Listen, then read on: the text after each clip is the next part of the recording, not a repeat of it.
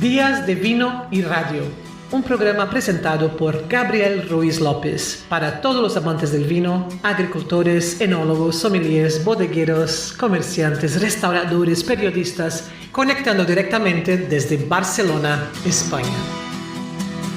Gracias, Patricia.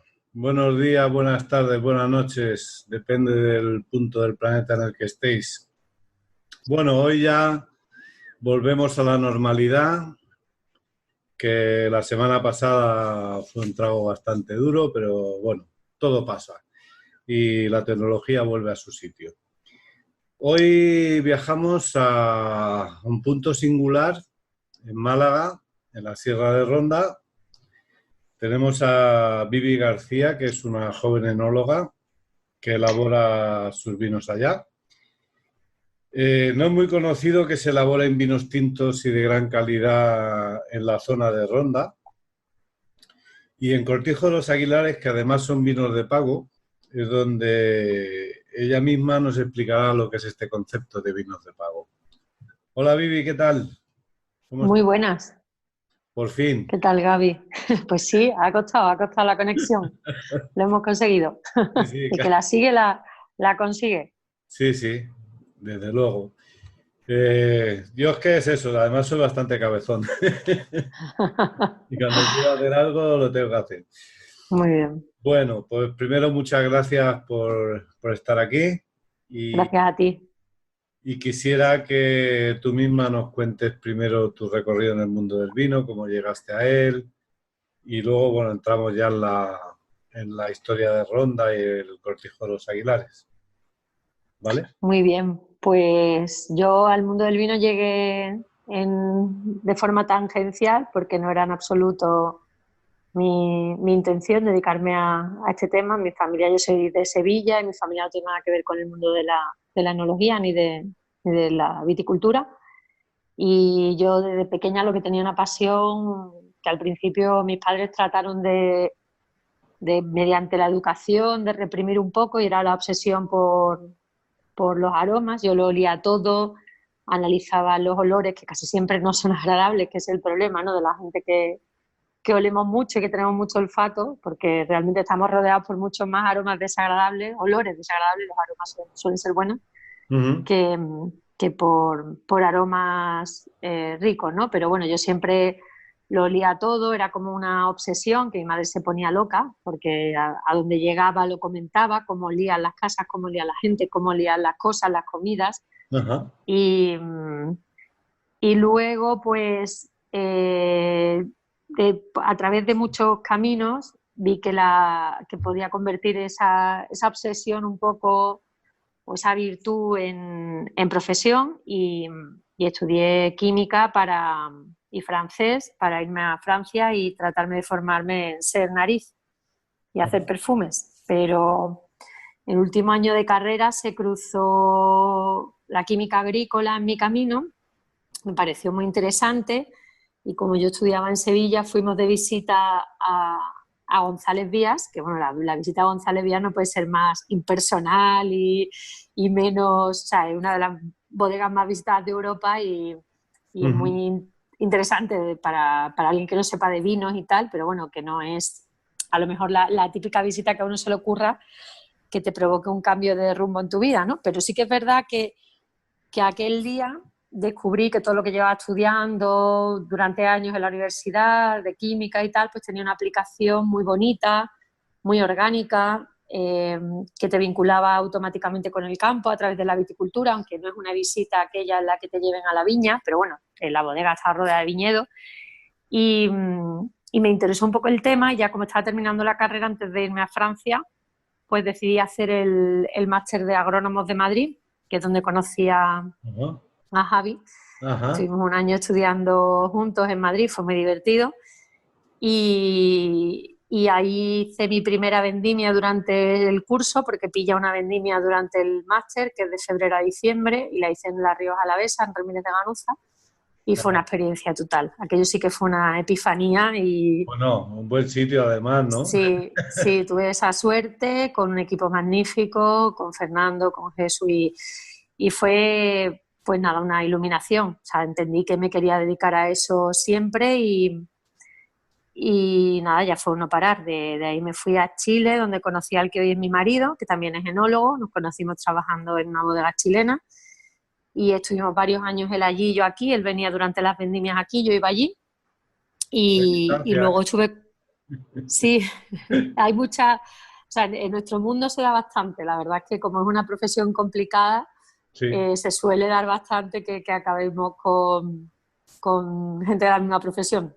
sí. Y luego estuve 4 años en Priorato, que fue una experiencia preciosa de vida en todos los sentidos, no solo vitícola, que también, pero y enológica, pero fue una experiencia, porque yo, bueno, pues venía de un ambiente urbano, universitario, y me encontré de lleno pues con una realidad hiperrural. Vivía en un pueblito de Porrera, un pueblito de 500 habitantes, Ah, con una realidad de inviernos muy largos y muy duros, y fue nada, fue muy divertido, la verdad, que ahora lo recuerdo, fue duro, pero ahora lo recuerdo con muchísimo cariño.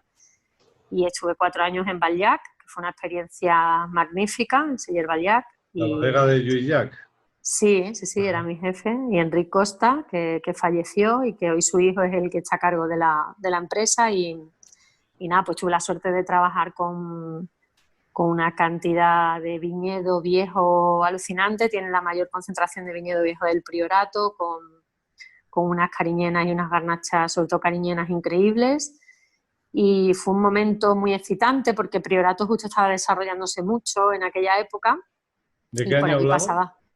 Pues hablamos del 2003, 4, 5 y 6, ya nos volvimos en el 2006, porque Ujú. mi marido encontró, bueno, andábamos eso, estuvimos varios años él en Chile y yo en España y nos veíamos en vacaciones o él venía en vendimia y Sí. a él le surgió una opción profesional aquí en el sur y, y bueno, me fui, que fue muy triste, o sea, me dio muchísima pena renunciar a un proyecto así, pero la verdad es que lo habíamos peleado mucho y nos costaba mucho. Allí era muy difícil, yo había tenido mucha suerte, pero él, aunque lo intentó, no encontró un proyecto estable. Conseguía siempre trabajo en vendimia, pero luego era muy difícil que se quedara.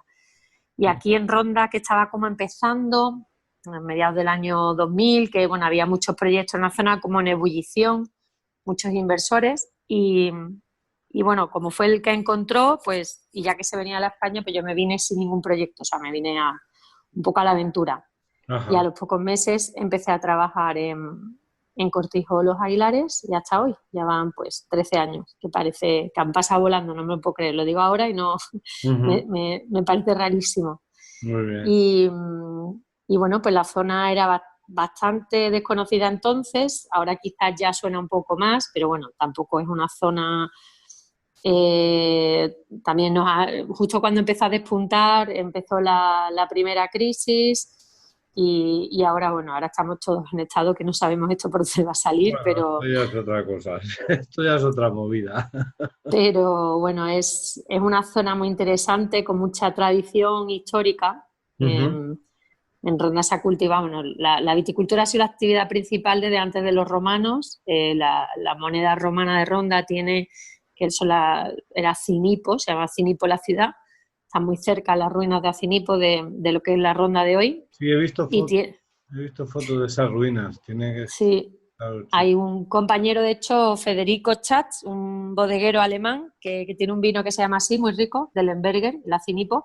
Ujú. Y la moneda romana tenía un racimo de uva en una de las caras. O sea que aquí la viticultura, incluso los años de dominación musulmana, que estaba prohibido el consumo de vino por la ley coránica, era tan fuerte el arraigo que no se paró. Y bueno, Ajá. un pueblito de al lado ese tenía de las bodegas, todo lo que era la comarca, la actividad principal era la viticultura.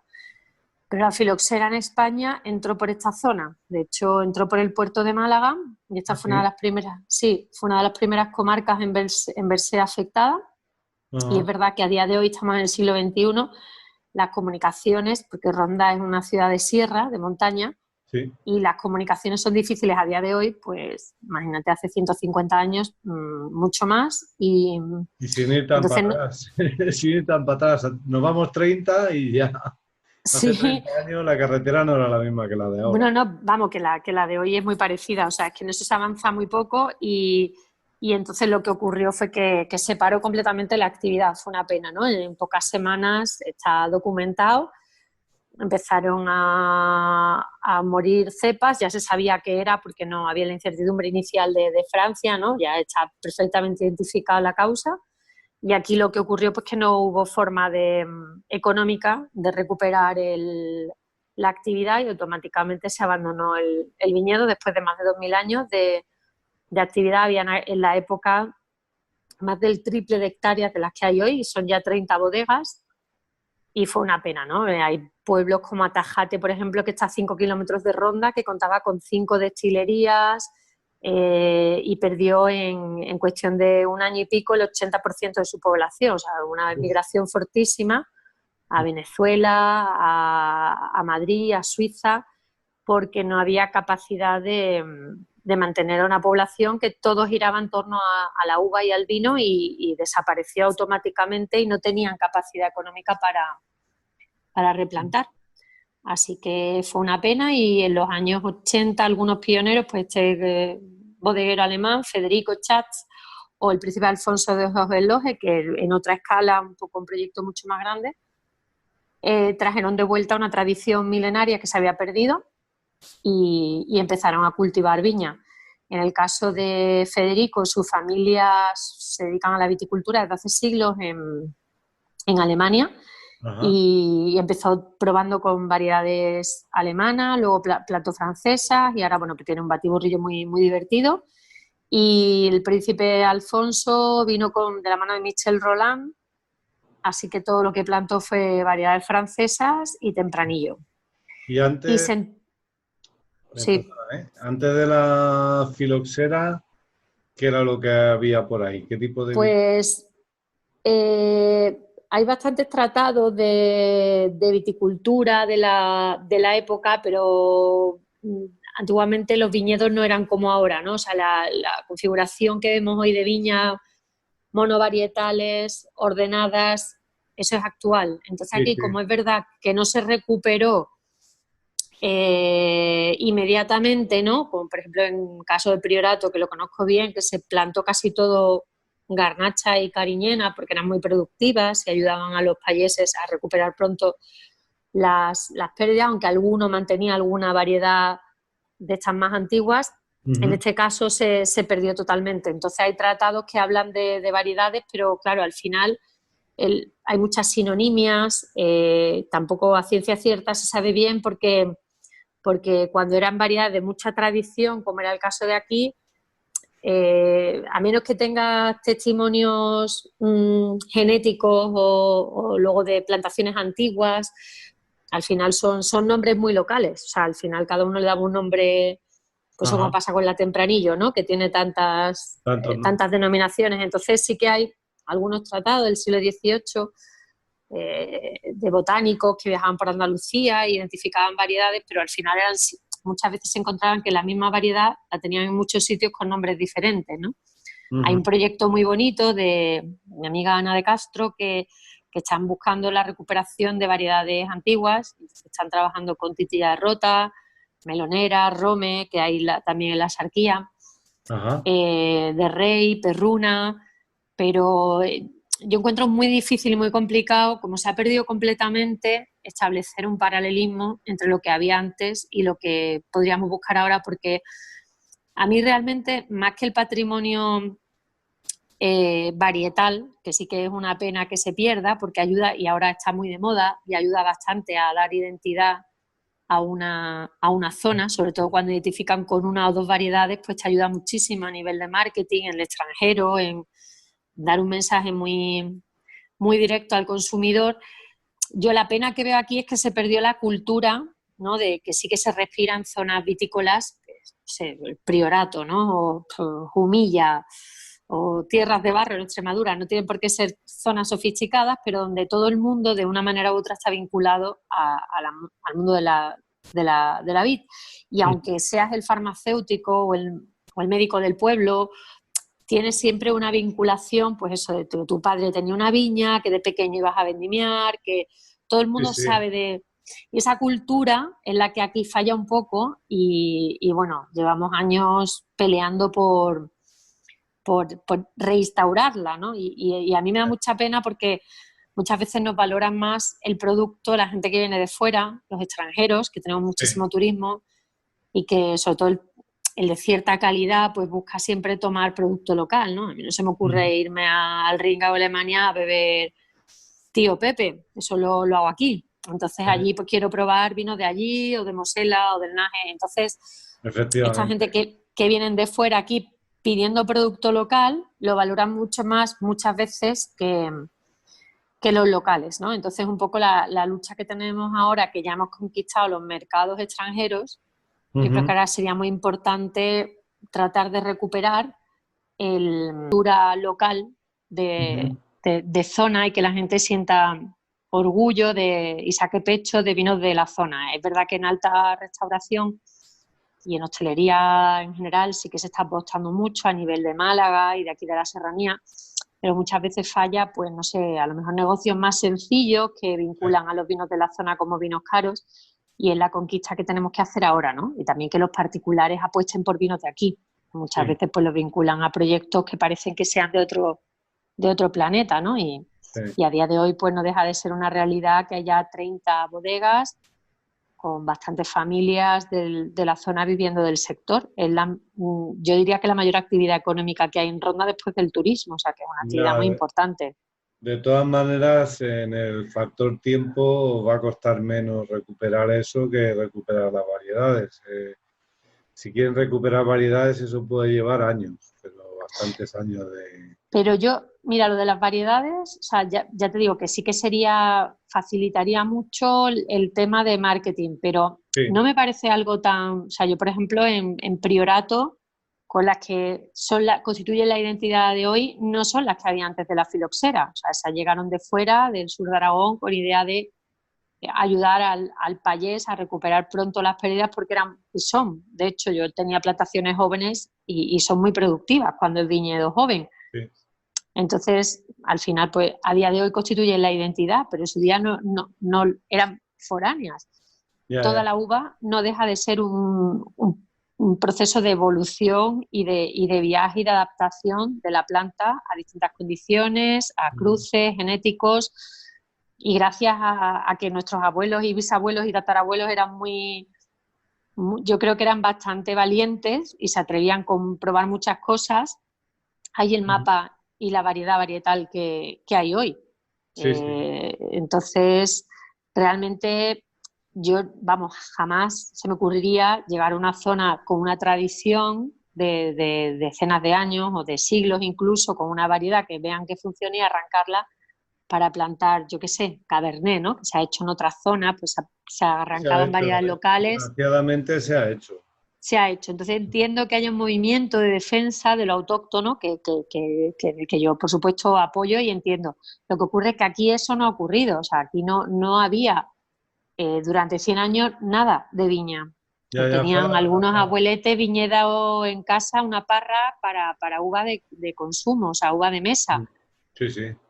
Entonces, teniendo en cuenta que no se ha hecho eso, pues al final esto es un poco como Nuevo Mundo, ¿no? Que tienen como mucho más la mente abierta y no tienen quizás el peso de la tradición y funcionan con un poco más de libertad creativa y en ese proceso te equivocas mucho porque, claro, normalmente lo que es ensayo-error se convierte luego en tradición. Es una variedad que funciona en una zona es porque se ha adaptado bien, porque aguanta bien el clima y esos son años de probar y equivocarse con muchas otras. Y nosotros estamos ahora en eso, ¿no? Pero bueno, es verdad muchas cosas buenas se descubren la mayoría de veces por errores, ¿no?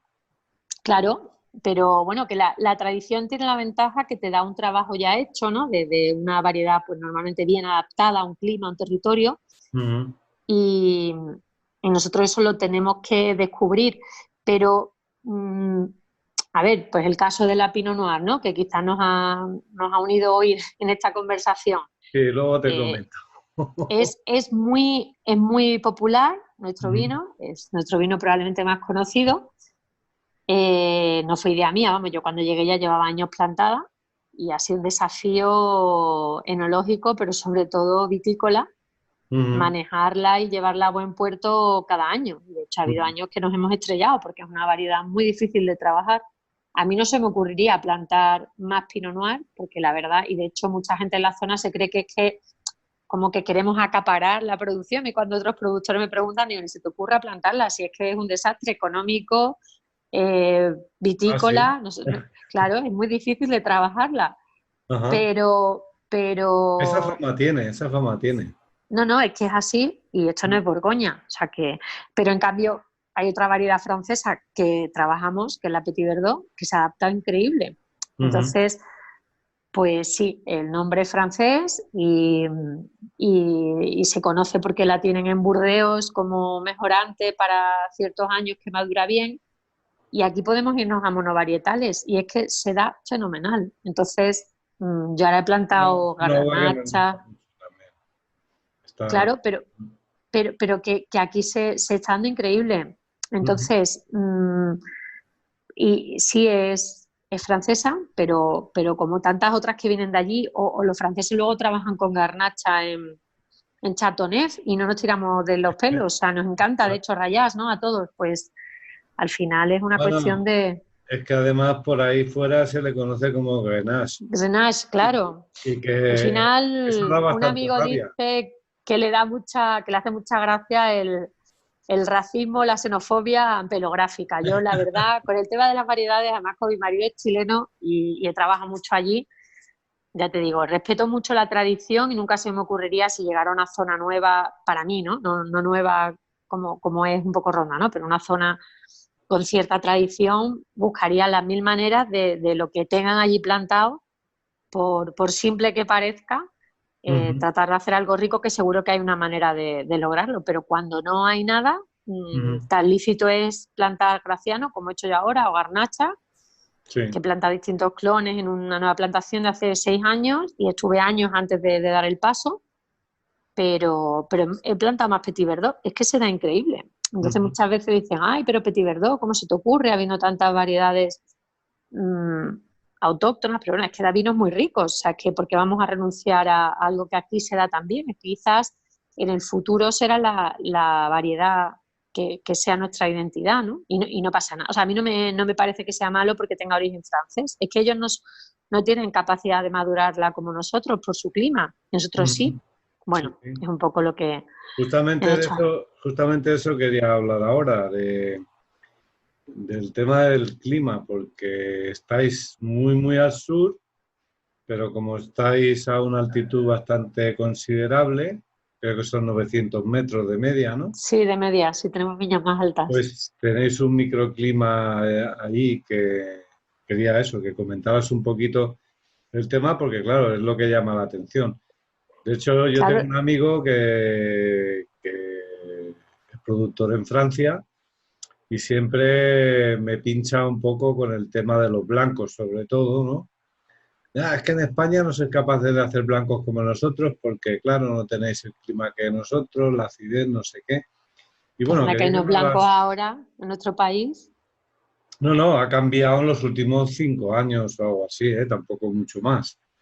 Igual viene cambiando desde hace más tiempo, pero al salir a la superficie, hace no mucho que han salido variedades de blanco. Bueno, ya me estoy tomando el picapolli este, Ujú. que es del Pla de Valles, aquí al lado en Manresa, que Sí. también es una variedad que hay muy poquita y prácticamente desconocida. Es alucinante. Entonces, coméntame un poquito el tema este del microclima. Bueno, es que esa es la clave para que Ronda sea hoy y haya sido durante siglos, incluso miles de años, una zona magnífica para el cultivo de la vid. Estamos en línea recta, o sea, por carretera, la carretera de montaña esta que referías antes son 49 kilómetros hasta San Pedro, al mar, pero en línea recta no deben llegar ni a 30. Ujú, Y luego por el Valle del Genal, igual, son 100 kilómetros a Algeciras, la salida al Atlántico del río Genal, pero realmente en línea recta deben ser casi la mitad. Entonces, tenemos la influencia del Atlántico y el Mediterráneo, que están muy presentes, la altitud, en estos 49 kilómetros que nos separan del Mediterráneo en carretera, todo el camino es en ascenso. Entonces Ronda está a unos 700 metros de media el pueblo y nosotros que estamos algo más arriba hacia la Sierra de las Nieves, pues a bastante más altitud, y eso ya marca un clima absolutamente continental. O sea, de hecho tenemos una reserva de la biosfera, que es la Sierra de las Nieves, con el árbol autóctono, que es el pinsapo, que es un abeto. Es un pino nórdico, vamos, tú lo ves y parece un pino de estos de un árbol de Navidad. Sí, sí. Y es un árbol local. Y aquí se da también eso como una higuera o como el olivo, porque luego tenemos el carácter mediterráneo. Entonces, esta confluencia de climas, en los que yo llevo, pues eso, 13 años aquí, ha nevado todos los años y bajan las temperaturas por debajo de cero, con un invierno bastante frío.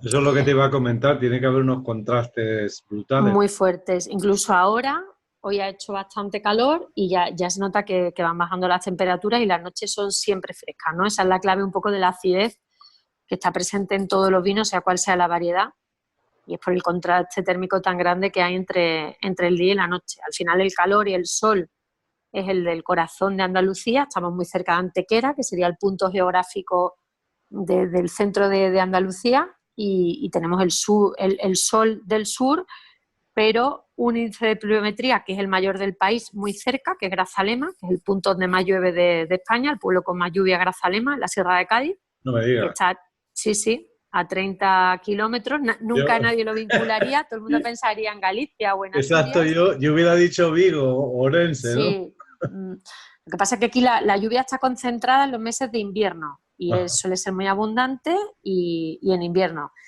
Y luego tenemos una primavera que este año es la más húmeda que he visto yo desde que estoy aquí, y los viejos de aquí dicen que no recuerdan nada igual, pero normalmente aquí la primavera y el verano son completamente secos, incluso el otoño. Entonces permite un comportamiento de lo que es el ciclo vegetativo magnífico, muy sano, muy ventilado, con bastante sol. O sea que al final todas las variedades maduran muy bien, alcoholes medios altos, pero acidez también natural muy alta.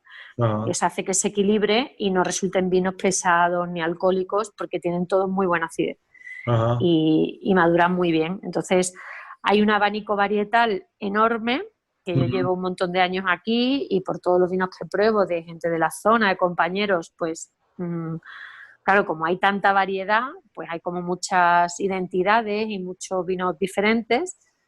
Pero yo creo que a día de hoy, vamos, la Petit Verdot es la variedad que mejor se ha adaptado, un ciclo larguísimo, la vendimiamos a finales de otoño, muchas veces 2 meses después de haber empezado la vendimia con la Pinot Noir, que suele ser a finales de agosto o principios de septiembre, y con la Petit Verdot nos vamos a finales de octubre, incluso algunos años en noviembre, pero con un alcohol contenido, acidez muy buena, bastante color, bastante estructura, un tanino que muchas veces preguntan, ¿tiene azúcar? Y no, es un tanino dulce, porque madura muy bien, el tanino no queda verde. Es una maduración lenta, ¿no? Lenta, muy lenta, y ya con noches frías, incluso días fríos, ya en otoño. Entonces es una variedad que se ha adaptado muy bien. Luego hay muchas otras que, según con quién hables, con qué productor, pues te dará una idea y otra también en función del vino que elabore, ¿no? Pero yo diría que dentro de unos años se hablará de esa variedad como la variedad identitaria de la zona. Sí, sí. Y eso que comentabas de esta primavera, justamente el sábado bajé un ratito por el Priorat y por el Montsant, estuve por ahí por la zona de Falset, Gratallops y todo eso. Sí, conozco bien. Y este año han caído en estos 6 meses 1.000 litros, cuando la media anual son 300, 400. 400. Y bueno, hay una plaga de mildiu increíble. Hay gente eso es nacional. Hay gente que ha perdido el 100% de la cosecha. O sea, sí, porque una primavera como esta no se recuerda. Claro, aquí el factor importante, que ahora ya es muy difícil establecer parámetros de comportamiento climatológico, porque es verdad que yo los años que estuve allí, cada año fue diferente en Priorato, y aquí, cada año que llevo, es muy difícil establecer un patrón, ¿no? Está cambiando el clima, eso es indudable. A dónde vamos, no lo sé, pero desde luego está cambiando mucho y sí que es verdad que claro, que el problema es cuando llueve tanto con el ciclo vegetativo en pleno desarrollo, pues hay zonas donde, bueno, Alemania, el centro de Europa, que están más acostumbrados, pero aquí nos ha pillado a todos, porque en España era un país donde la incidencia de mildiu no es tan grave, ¿no? Por nuestro clima, quizá algo más los gallegos, pero y está siendo un desastre a nivel nacional, la verdad. Sí. Pero bueno, aquí hemos salvado, ¿eh? Aquí gracias a la orientación, la ventilación, como en montaña.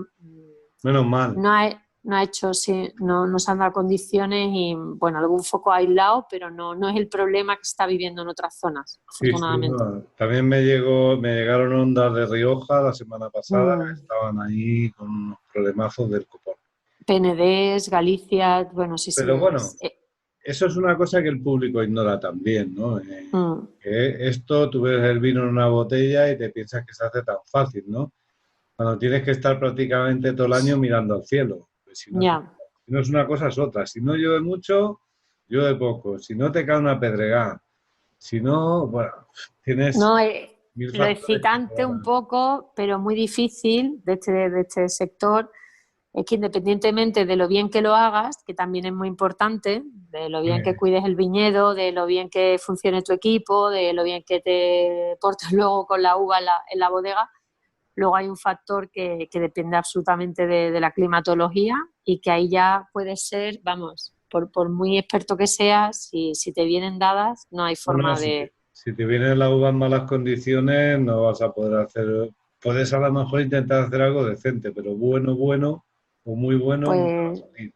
Mira, yo hoy estaba haciendo una visita que hacía mucho tiempo que no las hacía y les explicaba eso a los que estaban en bodega, que la materia prima en este sector es fundamental. Muchas veces no se habla tanto del tema, se habla mucho de enólogos, se habla mucho de bodegas y realmente donde está el corazón del sector es en la viña. Se olvida mucho en este país al viticultor, que en Francia son héroes, y aquí muchas veces los olvidamos, ¿no? Y en nuestro caso nosotros no trabajamos con viticultores porque solo utilizamos nuestra uva, que es un poco el concepto de pago que comentabas antes por encima. Nosotros no tenemos la denominación de pago del gobierno, o sea, no estamos por el ministerio, pero la forma de funcionar es absolutamente de vino de pago y sí que somos parte del grupo Grandes Pagos de España, que la filosofía, pues eso, ¿no? Hacer vinos que expresen el carácter único de la finca de donde procede la uva, ¿no? Entonces nosotros no trabajamos con uva de productores, solo con la nuestra, y tenemos nuestro equipo fijo, los que yo soy la más joven y llevo ya 13 años trabajando, o sea, que son todas familias que llevan vinculadas al proyecto desde su plantación y conocen muy bien la planta, conocen muy bien el terreno y es digamos, lo más importante, porque con una uva excelente se puede o no hacer un gran vino, pero con una uva mediocre es imposible. O sea, seas el mejor enólogo del mundo, con todos los apellidos franceses que tengas detrás, eso no hay tu tía. Entonces, pues... Ese concepto está empezando a cambiar también, ¿eh? O sea, vuestra generación ha irrumpido de una manera en la cual están transmitiendo o estáis transmitiendo que el campo es la pieza clave. O sea, hasta hace poco eso no se tenía en cuenta, ¿no? Se tenía en cuenta lo que dices tú, la marca, el nombre. El marketing, claro. Pero bueno, a todos nos gusta comer bien y comer rico y tenemos clarísimo que cuando cocinamos en casa, si empezamos a trabajar con productos mediocres, baratos, de baja gama, en la vida vamos a hacer un gran plato. Podemos hacer una comida, pero nunca un gran plato. Para hacer un gran plato tienes que ir a un pescado de calidad, a una carne buenísima, a un producto magnífico de verdura o de... Entonces, el concepto es exactamente el mismo. Nosotros simplemente procesamos el zumo de uva y eso se transforma en vino. Cuanto menos intervención tenga, mejor, como en cualquier otro sector. Y cuanto más natural y menos aditivos tenga, mejor. efectivamente. Es algo muy sencillo, vamos, que Es que además yo es creo de que se cajón, complica. es de sentido común. No, pero que se complica mucho porque yo creo que tenemos asustado al consumidor ¿no? O sea, se ha vinculado durante mucho tiempo el mundo del vino algo elitista, snob, y me da mucha pena porque al final, en concreto, la visita que tenía hoy es un amigo que se dedica al tema del jamón en la Sierra de Huelva. Digo, todo el mundo tiene clarísimo cuando te ponen 2 platos de jamón y te ponen uno de un supermercado que viene cortado y envasado al vacío, o el que tú produces con tu cerdo ibérico de extremadísima buena calidad, Y y nadie cortado. tiene duda cuál es el jamón en condiciones, ¿no?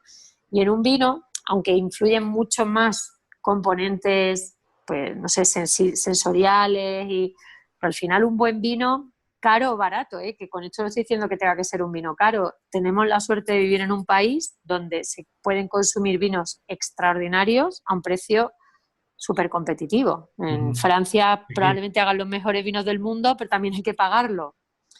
Y aquí todavía podemos salir de vinos en cualquier comarca del país, desde la más sofisticada a la más sencilla, y tomar vinos buenísimos. Incluso se siguen haciendo vinos magníficos en algunas cooperativas, ¿no? Que se ha satanizado también mucho el concepto, y todavía las cooperativas de nuestro país siguen entrando algunas de las mejores uvas Sí, de muchas zonas. Entonces, seguro. hace un vino muy, muy bueno a precios súper competitivos. O sea, que no.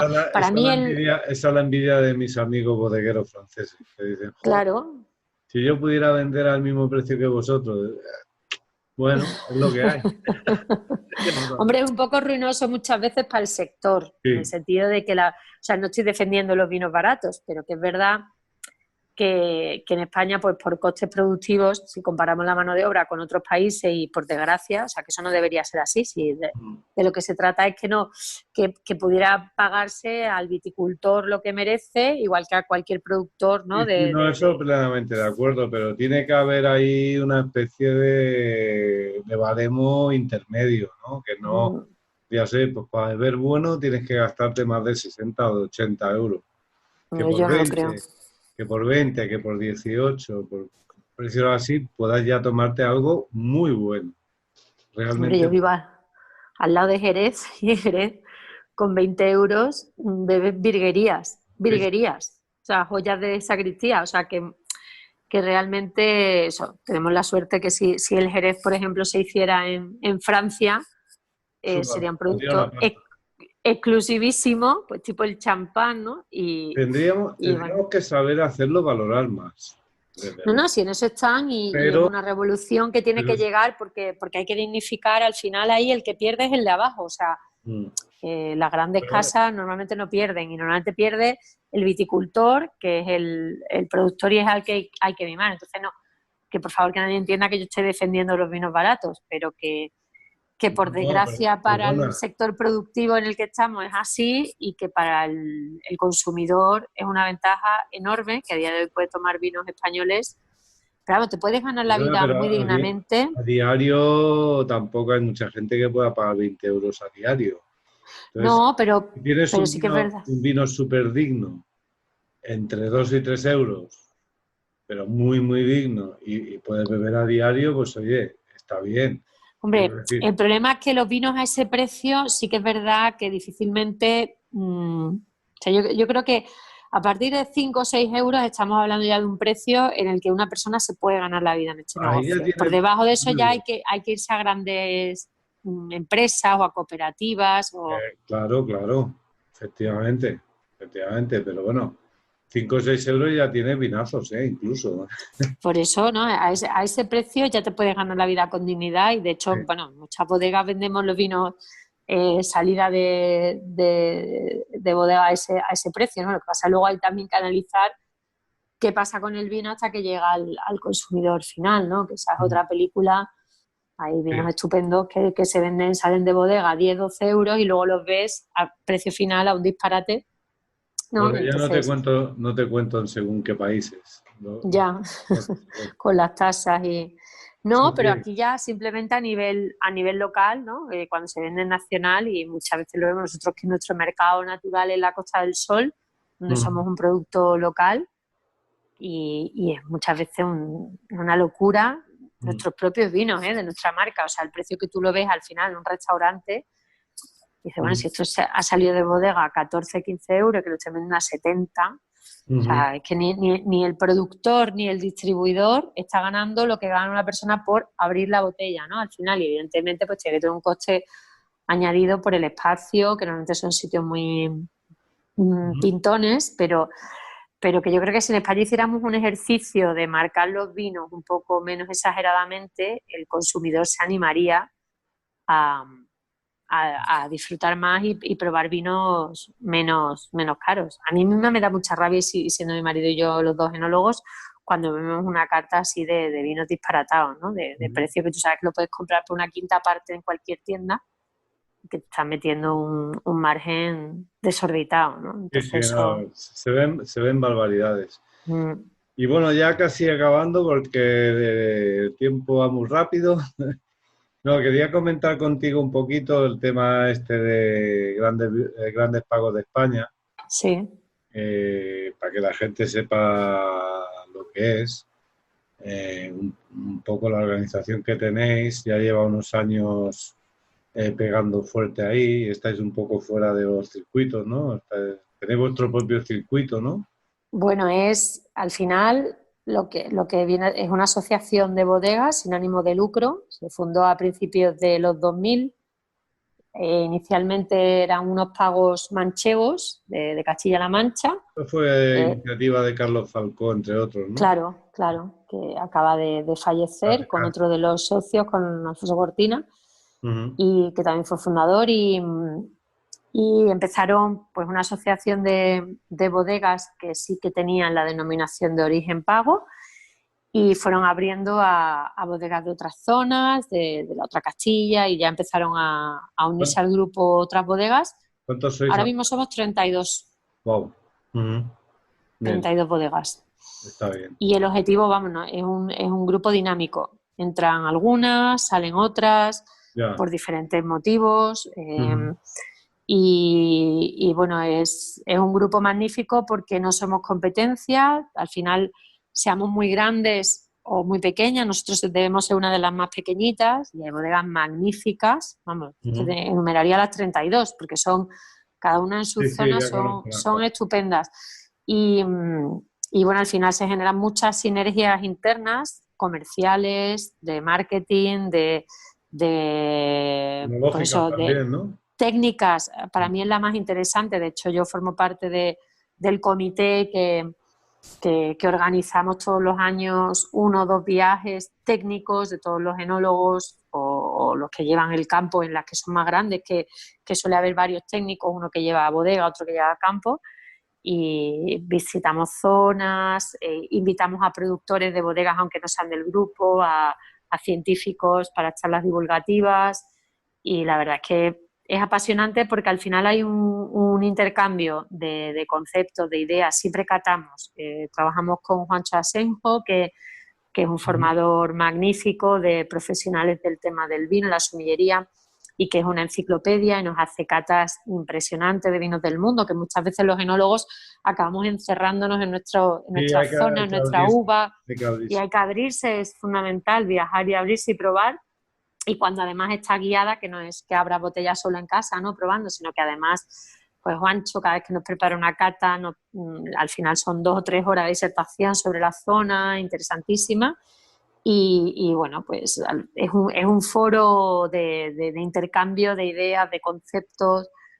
Acaban de incorporarse 2 bodegas nuevas. Para nosotros es un privilegio estar ahí porque, bueno, tenemos mucho orgullo de pertenencia al grupo. Llevamos ya casi 6 años y todo lo que puedo decir es bueno. Muy bien.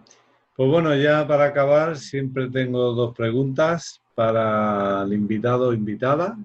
Y una es tu uva favorita, ¿cuál me dirías que es? Pues mi uva favorita durante mucho tiempo ha sido la Garnacha. Pero ahora estoy teniendo un romance ahí con la Petit Verdot que estoy a tope. Se te ha notado, pero bueno, sí, pues estoy con las 2 muy, vamos, son antagónicas, pero cada una en su estilo me encanta. Muy bien. Y la última, que me maridaras un vino y una canción. ¿Qué canciones Una, cantarías tomando un vino que eliges tú, claro? a ver, ostras, y me has pillado. Pues una canción de Björk que me encanta y la vi hace unos años en Bilbao y me Ajá. gusta mucho su música. Y ¿Ves? con, pues no sé, pues cualquiera. Cualquiera. Dull Flame of Desire, por ejemplo, que la canta con el cantante de Anthony and the Johnsons y me la tomaría con un amontillado de Jerez. Por un amontillado. Ah, muy bien. Sí. Ajá. Vale. Pues hasta aquí la entrevista. Ha sido muy atropellado el poder conseguir hacer esta conversación entre... Bueno, pero lo hemos conseguido, Gaby. Al final Claro, hay que claro, quedarse con eso. claro que sí. Ha sido un placer y bueno, El placer es mío, ¿eh? Muchísimas gracias. cuando baje por Málaga amenazo con visitarte. Pues nada, aquí tienes tu casa cuando quieras. Hoy justamente me han invitado a ir a Estepona Pues y estamos muy cerquita. Es sí, una lo sé. escapada perfecta de día. Ujú. Y no sé, si nos animamos y bajamos por ahí, igual hacemos una visita a probar esas exquisiteces. Genial. Será un placer. Pues muchas gracias y hasta pronto. Un abrazo, Gaby. Hasta luego. Bueno amigos, hasta aquí el programa de hoy. Espero que hayáis disfrutado del paseo por Málaga a conocer el Pinot Noir del Sur. Y bueno, mañana os anunciaré el invitado del jueves. Ya sabéis, disfrutad, beben buen vino y sed felices.